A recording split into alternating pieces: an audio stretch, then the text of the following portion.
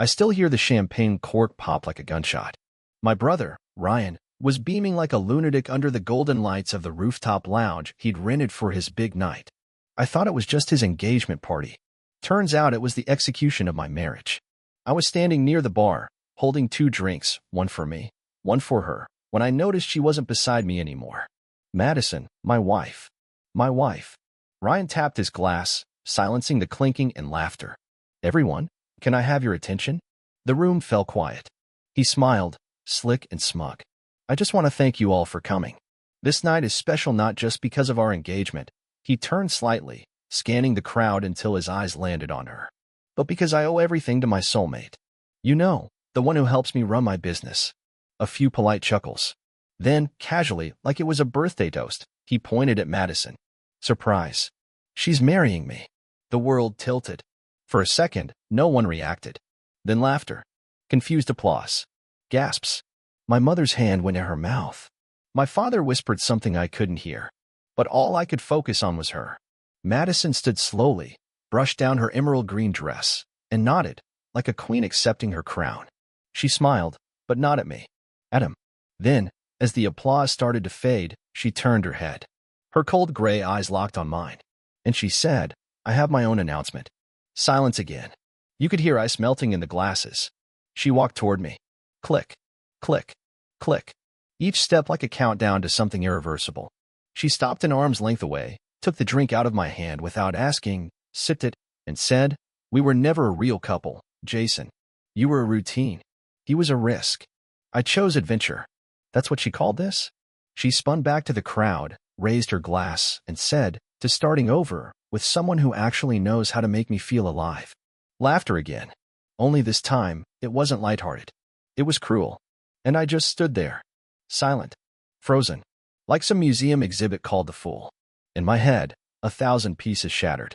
Memories, our wedding, her laying in bed saying forever, the way she once cried when I got promoted, all turned to dust. I didn't even feel the glass slip from my hand. Didn't hear it crash to the floor. Ryan wrapped his arm around her waist like he'd just won a trophy. I couldn't move. Not yet. But something inside me shifted. A quiet detonation. This wasn't a betrayal. This was war. The ride home was silent, but my head screamed louder than any car engine. I didn't speak. I didn't even look at her. Madison sat in the passenger seat like nothing happened, scrolling on her phone, laughing quietly at something, legs crossed, lipstick still perfect. Not a single word of regret. Not even shame. Just scrolling. I pulled into the driveway. She didn't wait for the car to fully stop before opening the door. She stepped out, heels clacking against the concrete, and said over her shoulder, Don't be dramatic, Jason. You'll thank me one day. I didn't answer. I watched her disappear into the house, into the home we bought together 2 years ago. She was already undoing her earrings by the time I walked in. She turned and looked at me like I was the inconvenience. You just going to stand there and sulk, or is it real? I finally asked. My voice didn't shake. I made sure of that. You and Ryan? She smirked. Define real. Are you sleeping with him? She laughed, walked right up to me and whispered, That's such a small part of it. My fists clenched. I turned away. Don't you dare pull that victim act, Jason, she snapped. You stopped being interesting the moment you chose spreadsheets over spontaneity. The moment you cared more about paying off the mortgage than touching me like I mattered. I stared at her. You could have talked to me. I did. You didn't listen. No, I said, stepping forward. You didn't scream loud enough for it to echo into Ryan's bed. So you just climbed in and hoped I wouldn't notice. Oh, please. Stop pretending like you're shocked. You've been coasting. Playing husband. Playing safe. I outgrew you, Jason. That sentence, I outgrew you, hit harder than any physical punch. I looked around the house. Our photos. Our shared mess. Our dog's bed in the corner. The life I thought we built. She tilted her head, almost playfully. You gonna cry now? No, I said, calmly. I'm going to shower. And tomorrow, I'll start making arrangements. What arrangements? I turned my back to her. Legal ones. Her voice rose, sharp now. Don't be stupid. I didn't answer. I walked upstairs and locked the bathroom door behind me. Under the shower, I didn't cry. I planned. That night I slept in the guest room. She didn't come to check on me. Didn't knock. Didn't care. But at 3 a.m., I heard her laughing softly on the phone. With him. My brother. Her voice floated through the wall, sickeningly sweet. You should have seen his face, she whispered, giggling. He looked like a kicked puppy. Then silence. Then more laughter. I closed my eyes and made a decision. She wanted war? She'd get it. The next morning, I left before sunrise. I didn't slam the door. Didn't make a sound. Let her sleep in the warmth of her betrayal while I drove to the one person I could trust, my cousin Eric. He's a divorce attorney. A damn good one. And more importantly, he hates Ryan. He didn't ask why I was there when I showed up at his door. Just poured 2 cups of black coffee and said, "Tell me everything." So I did. I told him about the rooftop, the announcement, the mockery, the way she looked at me like I was something sticky on her shoe. I even told him about the call at 3 a.m., the way she giggled about my pain like it was a party game. He didn't interrupt. Just nodded, the way someone does when they're already writing the strategy in their head. "Here's what we do," he said, sliding a legal pad toward me. "First, we freeze the joint accounts. Today. Then, we start gathering proof. Texts, call logs, shared assets, all of it. You let her make the first move while we set up the real strike." I didn't blink.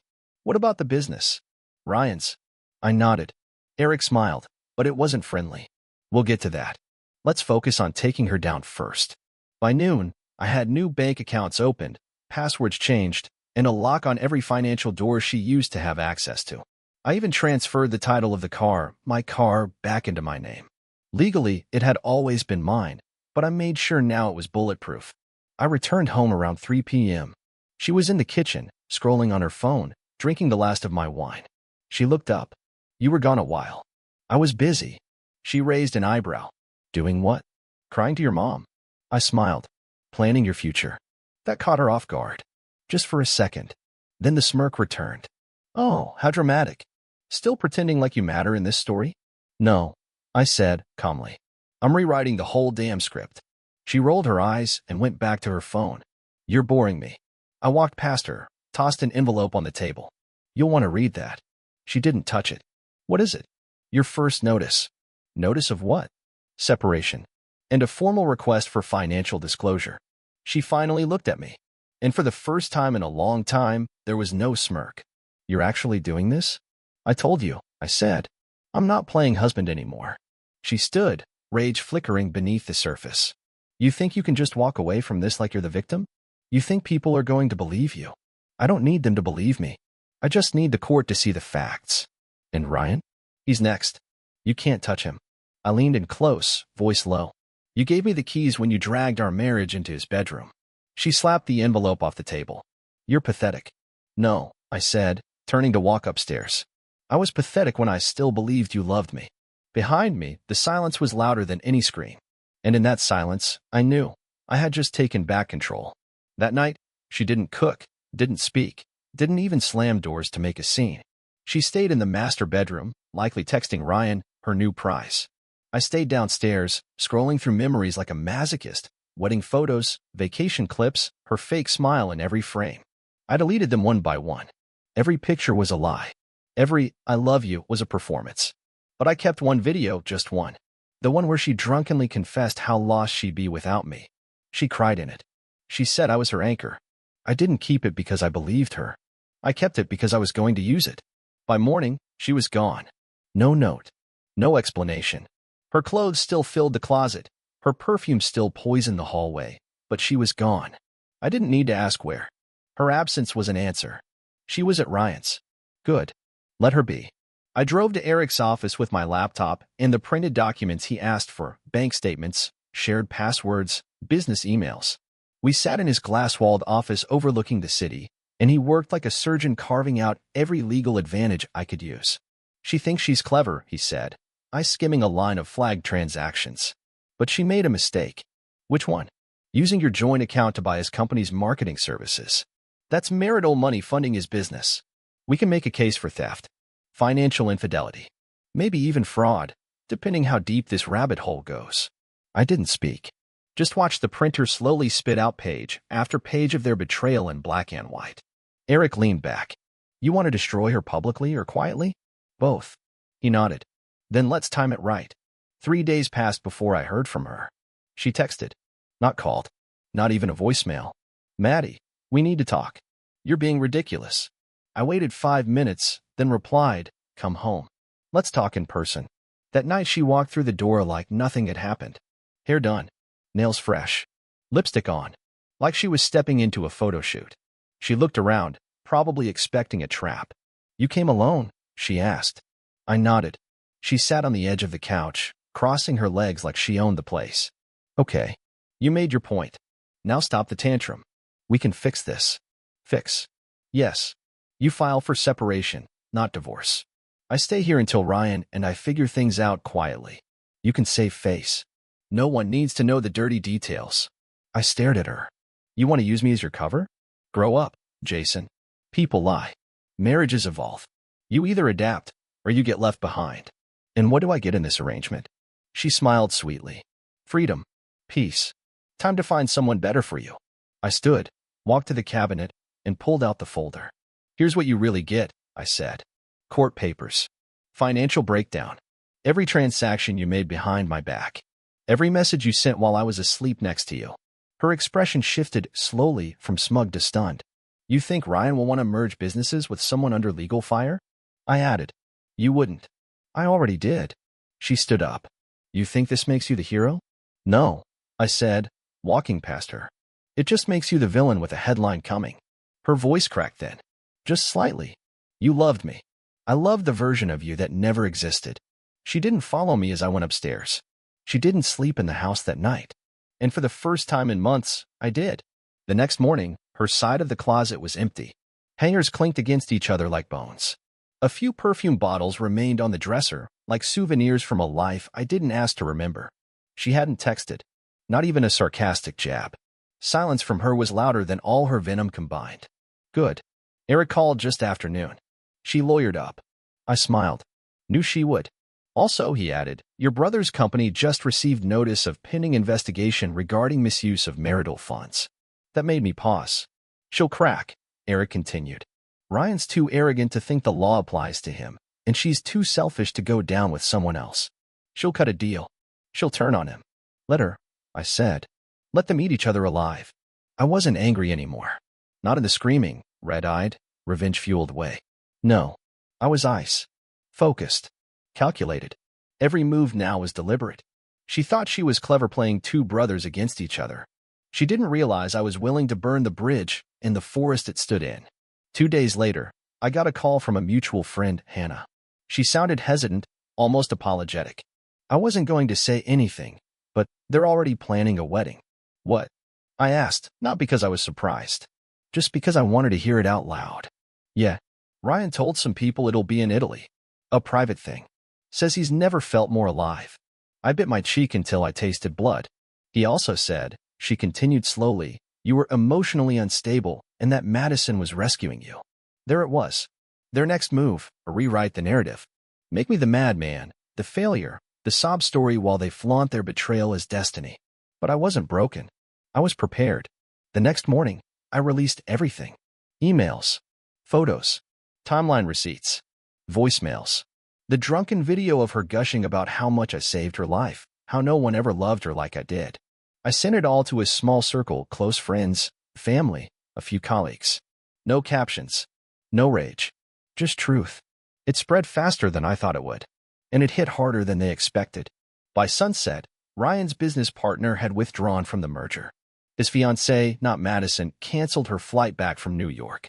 And Madison called me. Blocked number. I answered in silence. "You vindictive little coward," she hissed. "You think you've won something?" I stayed quiet. "You just turned everyone against me." "No," I finally replied. "You did that the moment you said, 'I choose adventure.'" I just held up the mirror. She started to say something else, but I hung up. No more conversations. No more pity. No more her. I walked into my kitchen, made myself a drink, and sat on the back deck. The night was calm, stars starting to peek through the dark. And for the first time in a long time, I wasn't thinking about her. I was thinking about me. What came next? What I was going to build from the ashes. A week passed. The silence from her end turned into noise elsewhere. Ryan's company started hemorrhaging clients, small ones at first, but then a few bigger names pulled out too. Turns out, no one wants to partner with a man who publicly stole his own brother's wife and ran his business on borrowed marital funds. I didn't have to do anything after that. The truth had velocity. All I had to do was stay out of the way and let gravity do its thing. Then came the real twist. Eric called, voice laced with amusement. Guess who just reached out for a settlement? I didn't answer. Madison. Her lawyer says she's emotionally distraught and wants to resolve things peacefully. She's offering to walk away from everything if you stop pursuing the case against Ryan. I laughed. For the first time in weeks, genuinely. She wants me to spare him? Yep. What do you think? I think we let her twist in the wind a bit longer. Later that evening, she emailed me directly. Not her lawyer. Not through someone else. Just her. A long, rambling letter titled, What We Lost. She wrote like someone performing vulnerability. Words like connection, misunderstood, wounded hearts, emotional decay. She used phrases I'd once fallen for back when I believed tears meant truth. She ended it with, I know what we did was wrong, but you can't tell me there wasn't something broken between us already. Maybe I just found the courage to do what you couldn't, walk away first. Courage? She called betrayal courage. I didn't reply. I archived the email. Let it rot in silence. The next day, her lawyer tried again, more desperate this time, offering to forfeit her stake in everything. House, savings, joint investments, in exchange for a non-disclosure agreement and a drop suit against Ryan. Eric called it poetic justice. I called it a down payment for peace. So I agreed, on one condition. I wanted one final meeting. Not legal, not recorded, just face-to-face. She agreed. Of course she did. We met in a neutral location. A conference room in Eric's office. She wore black. Dramatic. Fitted. She always dressed for power when she felt none. She walked in slowly, looked me over like she wanted to gauge if I was still bleeding. I wasn't. You look, well, she said softly. I nodded. You don't. She sat, placed her manicured hands on the table. Why did you ask for this meeting? I leaned forward. So I could say it to your face. You didn't break me. Her lips parted like she wanted to respond, maybe to deny she ever tried. But she stayed silent. You tried to humiliate me in front of everyone I loved, I continued. You turned the man I trusted most into a knife. And for what? Status? Excitement? You were the storm, Madison. But I wasn't the house you could tear down. She blinked slowly, expression unreadable. I'm not angry anymore, I added. I'm free. And you're stuck with a man who cheats with brothers, burns bridges, and loses everything he touches. That's your prize. She stood, and for the first time, she didn't look proud. She looked scared. Maybe not of me. Maybe just of the reflection she saw in the glass walls around us. She left without another word, and I watched her go, this time not with grief, or rage, or regret. Just relief. A month passed. The divorce finalized quietly. No court appearances, no drawn-out drama. She signed everything. Walked away with nothing but her pride, and even that, frayed at the edges. Ryan's business tanked by the second quarter. The bad press clung to him like rot. Investors pulled out. His name was radioactive. I didn't lift a finger. Didn't need to. Turns out, when someone builds a kingdom on lies, the foundation caves in all by itself. He tried to call me once. Just once. I let it ring. What could he possibly say? Sorry I stole your wife? Sorry I toasted your destruction in front of a crowd? No. Whatever he had to say, I wanted it to live in his throat forever, unspoken, choking him slowly. Madison vanished off the radar. No social media posts. No mutual friends asking about her. It was like the world just moved on without her. And I did too. I sold the house. Packed every memory into boxes and left most of them on the curb. I didn't want the couch we picked out together. I didn't want the dishes she loved or the art she hung in the hallway. I bought a small condo downtown. Minimalist. Clean. Quiet. The kind of space that didn't echo her voice. And for the first time in years, I remembered what silence actually sounded like. Not the tense, cold kind. The peaceful kind. I started running in the mornings again. Eating better. Reading. I found pieces of myself buried under all the compromise I had made trying to love a woman who only ever loved herself. One night, I sat on the balcony with a whiskey in hand, city lights blinking like they were winking at me. And I realized something. She didn't destroy me. She revealed me. All this time, I thought love meant endurance. Holding on, even when it hurt. Forgiving when it felt like swallowing glass. But love isn't sacrifice without return. It's not tolerating disrespect just because you once shared a bed.